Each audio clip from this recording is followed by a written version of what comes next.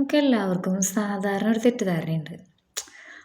രോഗങ്ങളെക്കുറിച്ചുള്ള ചില തെറ്റിദ്ധാരണകളത്. എന്ന് വെച്ച് കഴിഞ്ഞാൽ നമുക്ക് ഒരു ചിന്ത എങ്ങനെയാണെന്ന് വെച്ചാൽ അൾസർ വരുന്നത് പുളിയും എരിവും മാത്രം കഴിച്ചിട്ടാണ്. നമ്മുടെ നാട്ടിൽ പൊതുവെ ഒരു തെറ്റായ ചിന്താഗതിയുണ്ട്. ശരിയാണ്, എരിവും പുളിയും പൊടിയുള്ള എരിവുകൾ നല്ല രീതിയിൽ കഴിച്ചു കഴിഞ്ഞാൽ അതൊക്കെ സംഭവിക്കും. പക്ഷെ അതിനേക്കാൾ ഉപരി വേറൊരു കാര്യമുണ്ട്. നമ്മളെല്ലാവരും ഫാസ്റ്റിംഗ് എടുക്കണവരാ. അതായത് ഇപ്പോൾ പ്രാർത്ഥനയുടെ കാര്യത്തിലാണെങ്കിലും അല്ലെങ്കിൽ അമ്പലത്തിൻ്റെ കാര്യത്തിലാണെങ്കിലും എല്ലാവരും ഫാസ്റ്റിംഗ് എടുക്കും. ഈ ഫാസ്റ്റിംഗ് നമുക്ക് അൾസർ വരുത്തും. അത് നിങ്ങൾക്കറിയോ? അതായത് നമ്മുടെ സ്റ്റൊമക്കിൽ ഹൈഡ്രോക്ലോറിക് ആസിഡ് ഉൽപ്പാദിപ്പിക്കും നമുക്ക് വിശപ്പ് തോന്നുമ്പോൾ.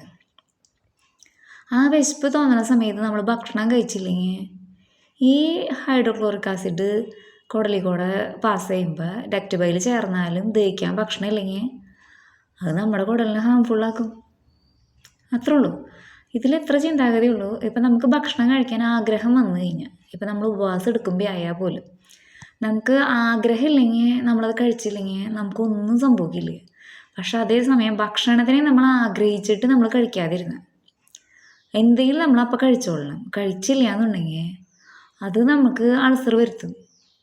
ഇങ്ങനത്തെ കൊച്ചു കൊച്ചു കാര്യങ്ങളാണ് ലൈഫ് സ്റ്റൈൽ ഡിസീസ് എന്ന് പറഞ്ഞിട്ട് വരണേ ഇപ്പോൾ.